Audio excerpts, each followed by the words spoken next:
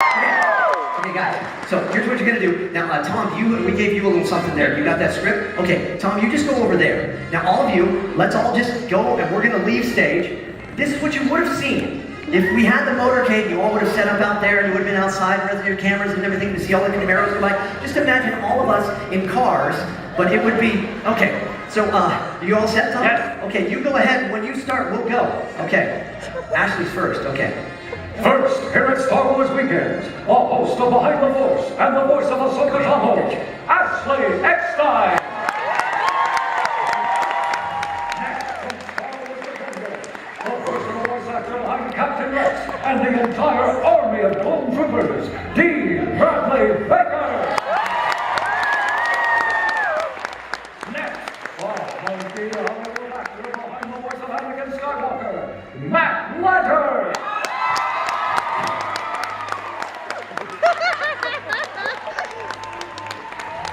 Next, the voice actress behind Senator Padme Amidala, Catherine Taylor. And your Star Wars Weekend's host, the personal voice actor behind Obi-Wan Kenobi, James Arnold Taylor. And lastly, the freakishly talented voice actor, and lastly, the freakishly talented voice actor behind Jedi Master Yoda, and the voice we're listening to right now, Tom King!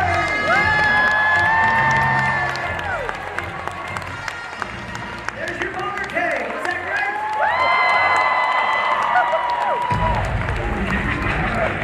Okay, you guys can come back out. Please, come on.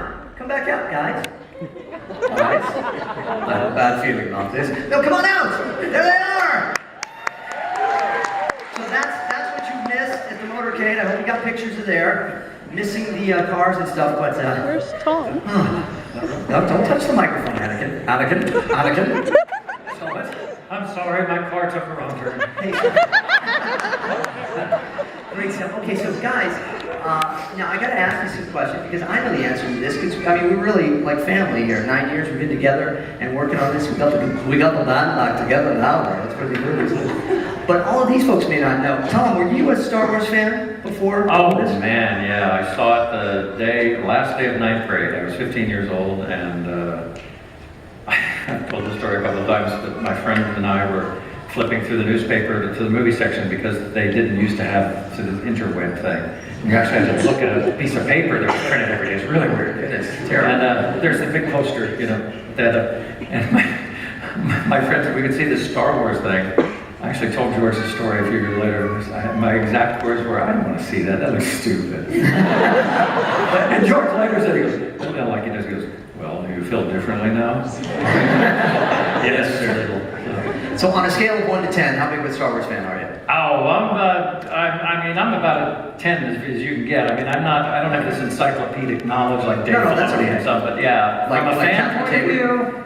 But Ashley, how about yourself? 1 to 10, scale of 1 to 10. Big Star Wars fan? Yeah, I mean, I would say a 10 now. I think I came into the show more of a casual fan, but after working with all of you guys and working for Dave Filoni, you automatically become a 10. Yes. And D. Bradley Baker? Oh, I think you were maybe a 10 before that. Yeah, I'm a huge fan. I've always been a huge fan Okay. of Star Wars, yes. Kat, I know this answer, but were you a scale of 1 to 10? What kind of fan were you of Star Wars? I was an 11. An 11. This one goes And to it's 11. Yeah, that's and Matt. I had watched some of the films, but I really couldn't consider myself a hardcore fan or anything. But obviously now, like you guys said, you know, working on this along with Dave, you kind of can't help but to be. So. Yeah. 10 now. And a huge reaction when you first got the call that you had this job. Was it kind of surprising? Yeah, it was, because I didn't know what I was auditioning for. So when they told me that it was Anakin and he's, gonna be one of the leads in the series, it was kind of a cool, and then it was a gold, and then it was a sweet. So, and on that note, because now here's the thing. For many, many years, when you do a show like the Clone Wars, you have to sign what they call an NDA. It's a non-disclosure agreement. You can't really talk about anything. But now the show is done, we can talk about all sorts of stuff now, right, guys? Is there anything that you're like, oh, now I can actually say this because everybody's seen the episodes and you know what's out there? Anything come to mind for anyone? Just what difficult people these guys were to work with. Very, very difficult to work with. Thanks, Kat. I actually should say that there's stuff that we knew or learned that I don't think I can talk about yet. Oh, now you've done it, Dee. People are already going on the Twitter and everything. There was that one time that they kind of went over the episode 7 script with us. When they went home, yeah, that's good. No, they didn't. Like, you guys are being bad. This is not how it's supposed to be. But what I mean is that we recorded well beyond the season 6 that you've seen. Yeah. And there are things that happened there, and that there were things that were speculated might happen. Yeah.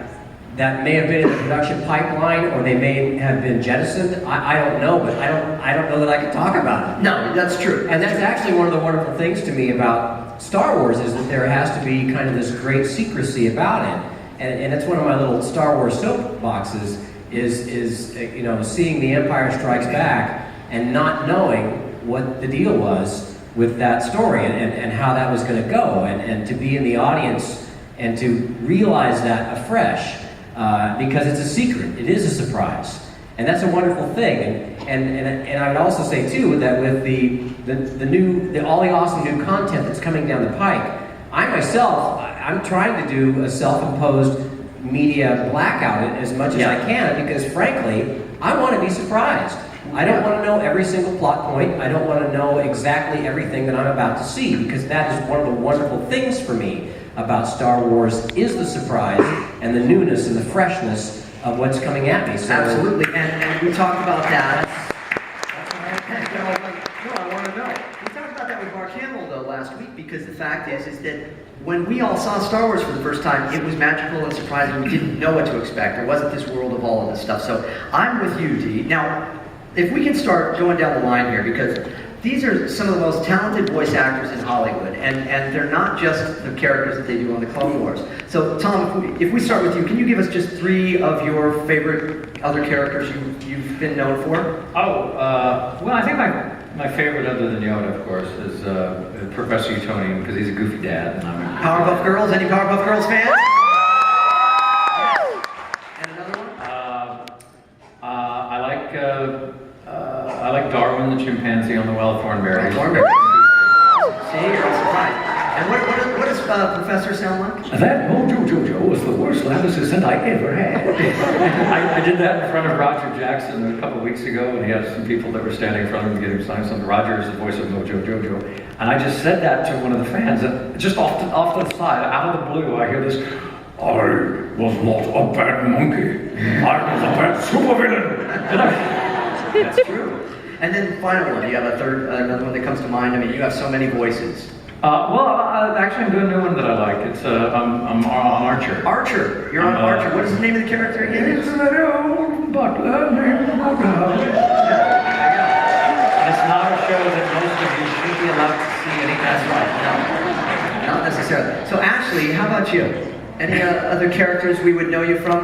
Now, see, many of our cast here is also on-camera actors. Ashley and Kat and Matt, you all have done stuff. So is there some on-camera ones too that we would know you from? You know, I get asked a lot about That's So Raven on the Disney Channel. I was the mean girl Muffy.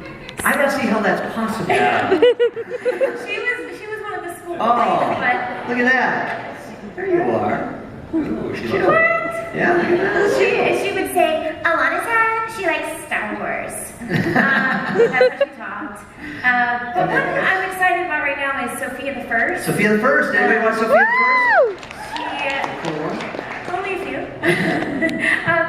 The bluebird right there. So she says, "Oh, Sophia, don't forget your tiara." A little different than Ahsoka. It's very cute. She's very different than Ahsoka. But probably my favorite was Jan Brady. Jan Brady from the Brady Bunch movies. Yeah, that's pretty great. And so Jan would you say, guys have it. look at that. She would say, Masha, Masha, Masha. Come on, are you guys sitting there? Thank you.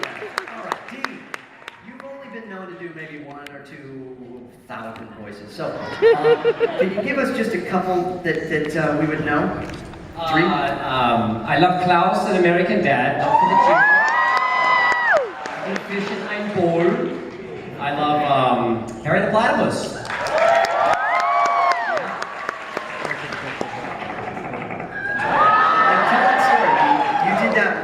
I did it once and they reprinted it every show. It's an awesome gig. And, and I'll mention another one that a lot of people really like is Olmec from Legends of the Hidden Temple.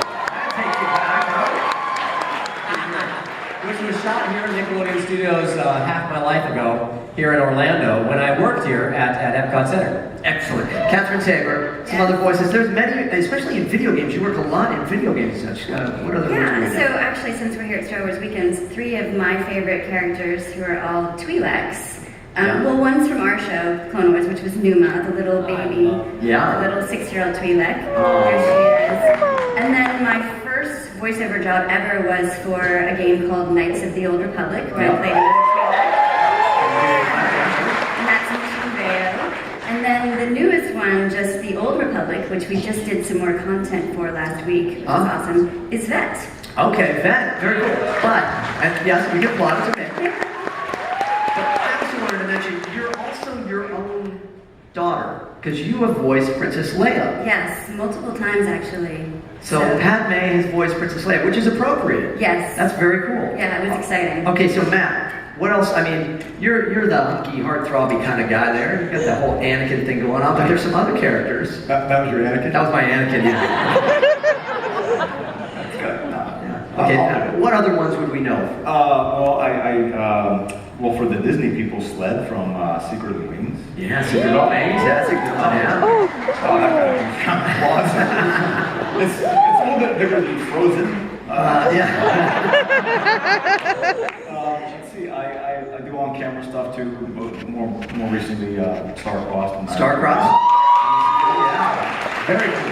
You got to play an alien in that. I did, yeah. So different from Anakin, but still kind of in the world of space and sci-fi. Yeah. And then 90210, right? Yeah, 90210. Currently, Venom, Harry Osborn on Ultimate Spider-Man. See, man, and I got to play Harry Osborn in another version of it, the Spectacular Spider-Man. But he didn't get to do anything except just be kind of a nerd. So you get to be Venom and everything. That's very cool. Yeah. Okay. You played a really crazy character in season 6. It was It was like a... Oh, yeah. The Kingpin guy. Yeah, the long neck. He kind of sounded like this. Yeah. Yeah. No, because I listened to it, because normally you listen to it, it's like, I kind of know the wheelhouse of everybody, but like, who is that? Yeah. That's really interesting. Yeah. Oh, it's Matt. Yeah. It was fantastic. I loved it. Thank you. Hey guys, coming from you, that's like my praise. So we've been getting all sorts of questions, and in fact, if you have questions for tomorrow or the next day as well, you can always do hashtag AskCWCast. Ask CW Clone Wars Cast, and you can do that on any of the social media. But we've got tons and tons of questions. You guys mind if we take some of these questions here? Yeah. So guys, go ahead and give us a. And now, this is madness. Social media madness. It's social media madness. All right. So we have the first question. What do we got for our first question here for our cast of the Clone Wars? It is, what were your guys' favorite episodes?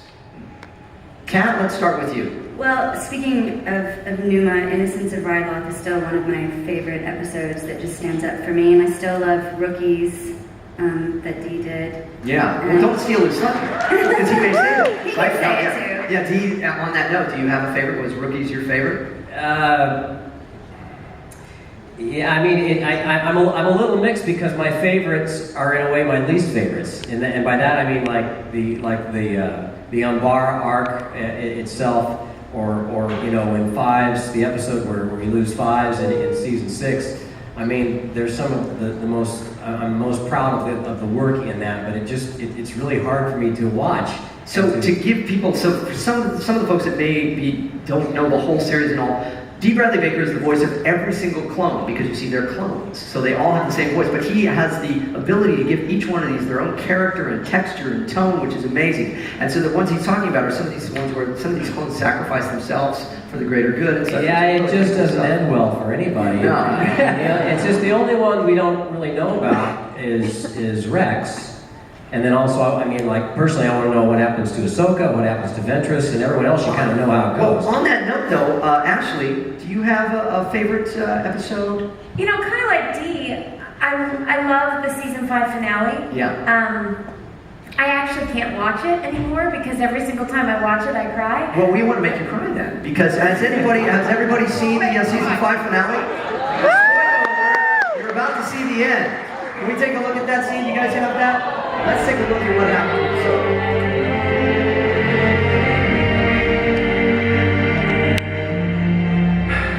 Why are you doing this? The council didn't trust me. So how can I trust myself? What about me? I believed in you. I stood by you. I know you believe in me, Anakin, and I'm grateful for that. But this isn't about you. I can't stay here any longer. Not now. Ahsoka, you are making a mistake. Maybe. But I have to sort this out on my own. Without the council. And without you. I understand wanting to walk away from the Order. I know.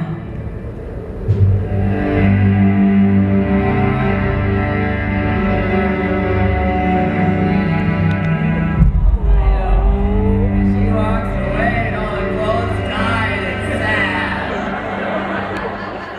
Oh, I'm sorry if you hadn't seen that, but here's the thing. It was all a dream. All a dream. It was just a dream sequence. Don't worry about it. It's fine. I have a tear in my eye. I'm not...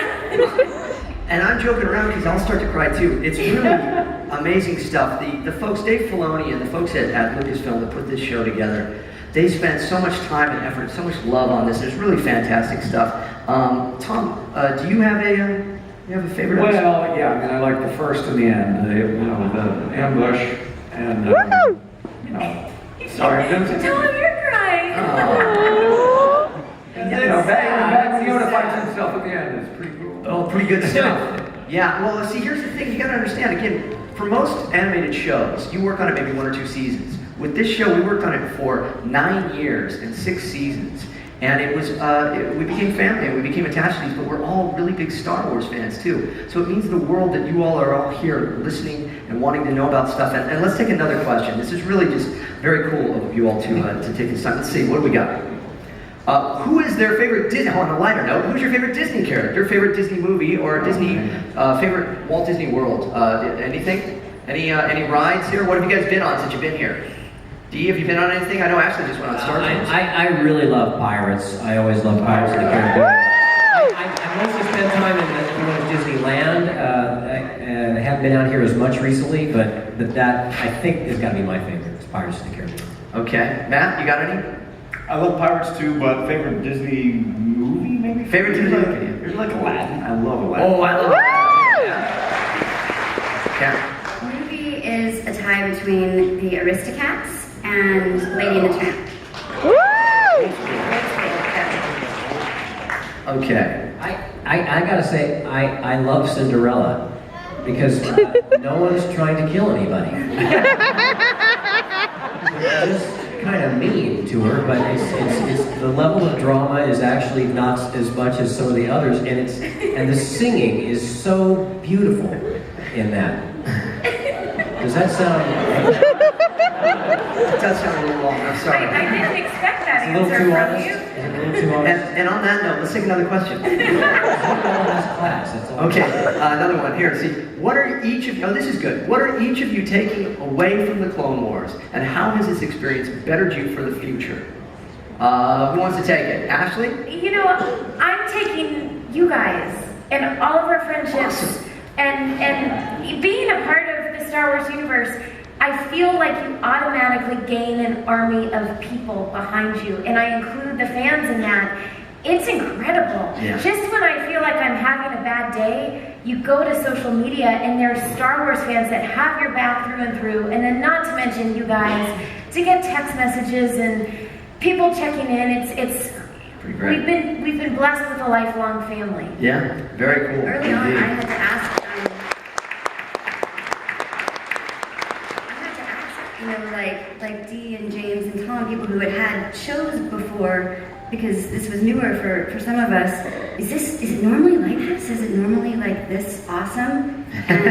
And what I've sort of gathered from everyone is there really is something special about this cast and this show that Absolutely. is magical. I think there is. And you know what's one of the most magical things is us watching Dee Bradley Baker perform. And Dee, you may not know, he's not just the voice of all the clones, but he is many, many creatures and animals and all these effects in various films and such. It's amazing what he can do. Dee, would you mind giving us all a little Creature 101 workshop? Oh, yeah, let's do so. And feel free to take the center stage there. Because everyone can do weird sounds.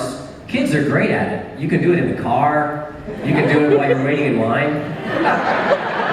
You can do it at the dinner table. And and that's all I do. Is I just kind of mess around making sounds. So one thing you can do that you can try is you make kind of a deep sound, like a, but you're using your throat, not just your voice. But you're also going. So you're sort of, as I say, dialing in the uvula. And then you pinch your nose shut, and that gives it a whole different sound with a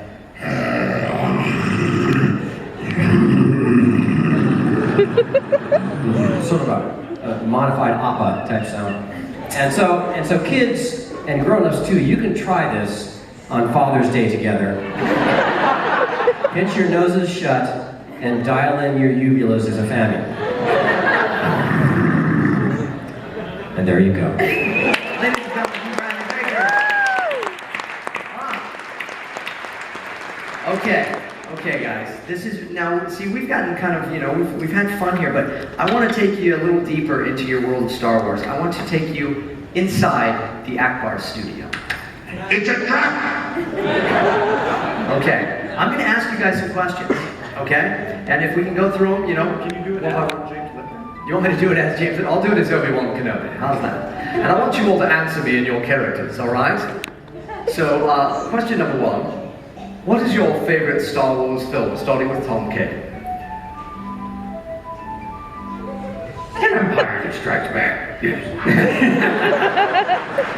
So, Katano. Empire Strikes Back. Okay. Rex, Cody, rest of you? Boys gotta go with Empire, sir. All right. Padme, I hope that you break this vote. For the Republic, it has to be The Empire Strikes Back. Oh, Anakin? Well, I'm going to say Revenge of the Sith because I make some really interesting choices. All